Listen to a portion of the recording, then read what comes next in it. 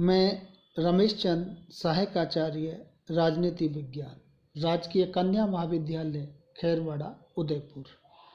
आज हम सत्ता के ऊपर अध्ययन करेंगे। ये topic BA first year paper first का है।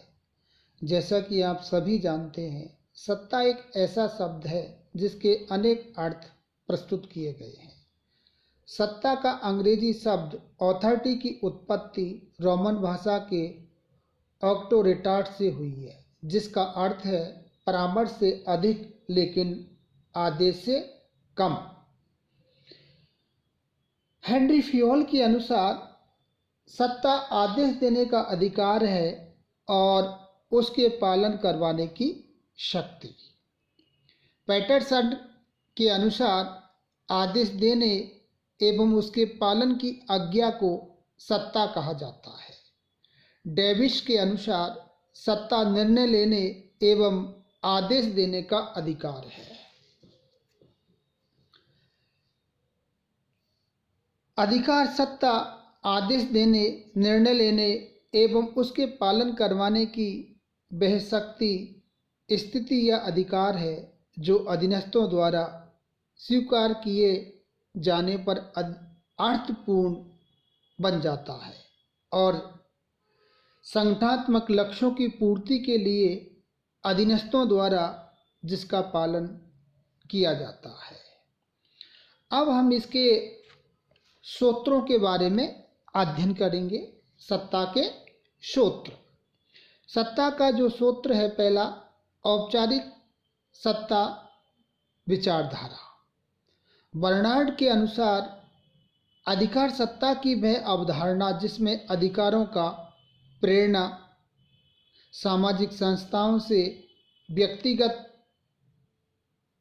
प्रबंधकों को होता है, औपचारिक सत्ता कहलाती है। ये विचारधारा मानती है कि अधिकार सत्ता का सूत्र देश का सर्वोच्च कानून अर्थात संविधान होता है और संविधान को गत्यात्मक बनाने का अधिकार सामाजिक संस्थाओं में निहित होता है।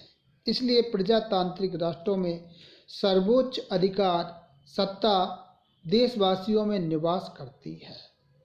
नेक्स्ट, दूसरा सूत्र है स्वीकृत विचारधारा। यह विचारधारा अधिकार सत्ता का सूत्र अधीनस्थों को मानती है। इस विचारधारा की मान्यता है कि औपचारिक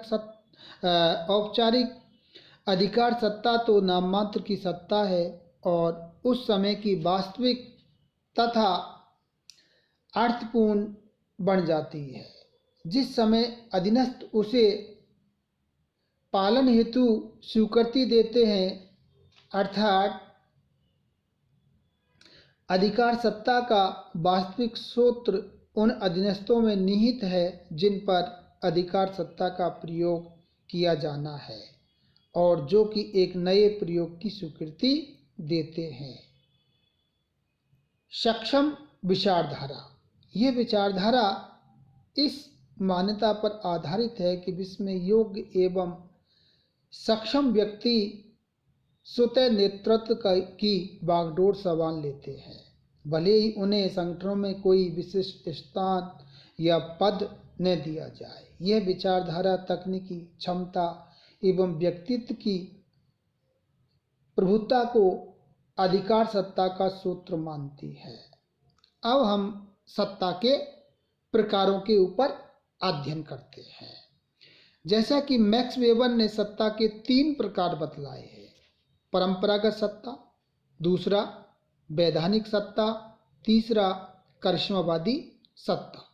पहला परंपरागत सत्ता के ऊपर हम चर्चा करेंगे। जब आम जनता और अधीनस्थ आदतन किसी शासक अथवा वरिष्ठ अधिकारियों के आदेशों का पालन करते हैं तो वह सत्ता का परंपरागत आधार होता है। उसके आदेश इसलिए वैध होते हैं क्योंकि वे किसी परंपरा या प्रथा पर आधारित होते हैं। ऐसी सत्ता की 2 विशेषताएं मानी जाती हैं: रीति रिवाज पर आधारित होना तथा व्यक्तिगत स्वेच्छाचारिता। जो व्यक्ति आदेश का पालन करते हैं उन्हें अनुयायी या समर्थक कहा जाता है और वे मालिक के आदेशों का पालन व्यक्तिगत वफादारी तथा उसकी सम्मानित स्थिति के कारण करते हैं।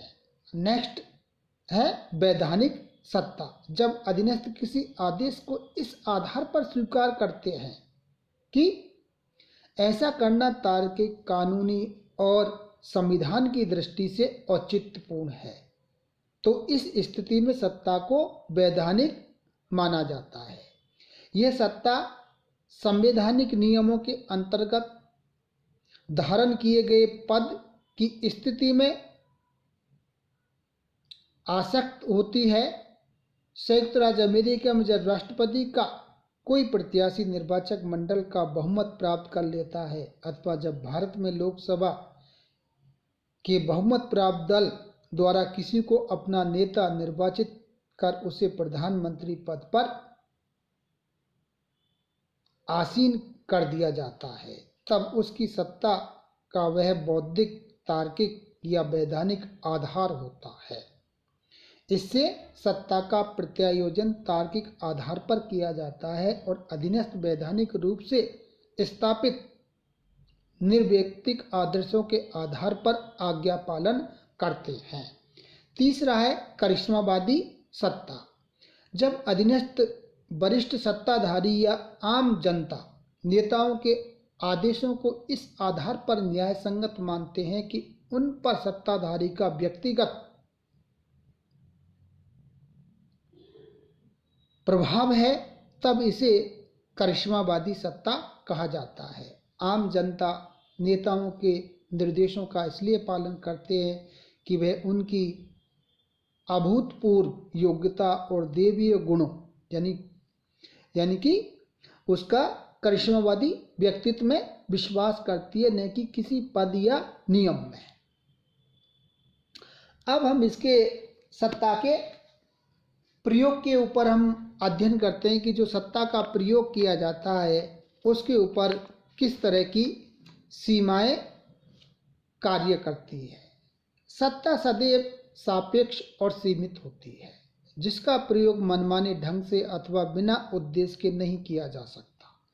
सत्ता पर अनेक सीमाएं लागू होती हैं, जिसमें मुख्य आंतरिक, बाहरी, प्राकृतिक, उद्देश्य एवं प्रक्रिया की सीमाएं, सांस्कृतिक मूल्य, परंपराएं, रूढ़ियाँ, नैतिकता, संविधान, कानून, नियम, उपनियम तथा सामाजिक परिस्थितियाँ आदि सभी सत्ता पर सीमाओं का कार्य करती हैं। धन्यवाद।